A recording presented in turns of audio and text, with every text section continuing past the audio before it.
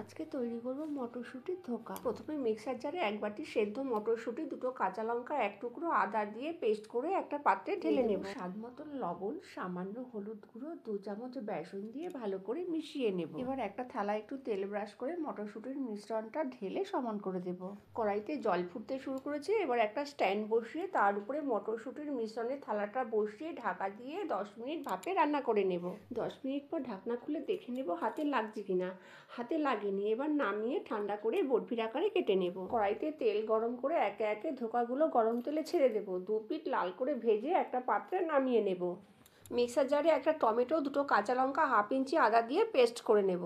কড়াইতে 2 চামচ সরষের তেল গরম করে জিরে, তেজপাতা ফোড়ন দিয়ে দেবো। ফোড়নটা একটু ভাজা হলে পেস্ট করে রাখা মশলাটা দিয়ে দেবো। স্বাদ মতন লবণ, হাফ চামচ হলুদ গুঁড়ো, জিরে গুঁড়ো, লঙ্কা গুঁড়ো, ধনে গুঁড়ো, কাশ্মীরি লঙ্কার গুঁড়ো দিয়ে মশলাটা ভালো করে কষে নেব।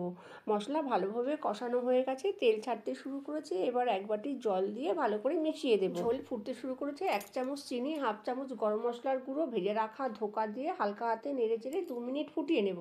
এবার 1 চামচ ঘি দিয়ে একটা পাত্রে নামিয়ে গরম গরম ভাত কিংবা রুটি পরোটার সাথে পরিবেশন করতে হবে।